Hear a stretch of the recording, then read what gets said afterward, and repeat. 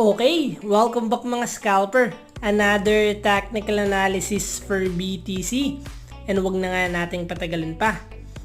Daily time frame is another red candle but below average yung volume.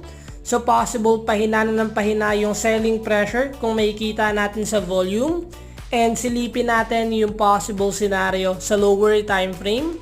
So kung makikita natin sa 4 hours time frame, BTC is forming descending triangle. Meron tayong support area here and meron naman tayong trendline resistance dito.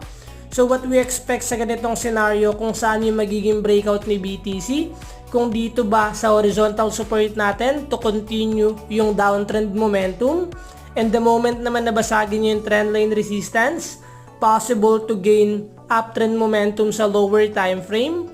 We will always wait pa rin kung saan yung magiging break